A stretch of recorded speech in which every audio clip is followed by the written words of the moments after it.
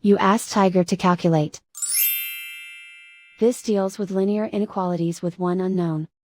The final result is d smaller than 36. Let's solve it step by step. Isolate the d. Multiply both sides by 3.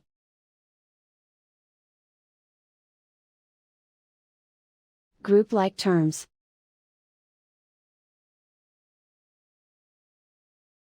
Multiply the coefficients.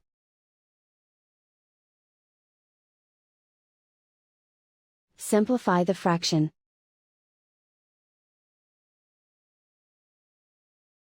Simplify the arithmetic.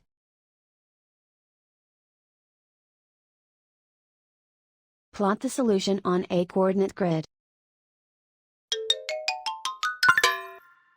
And so the final result is d smaller than 36.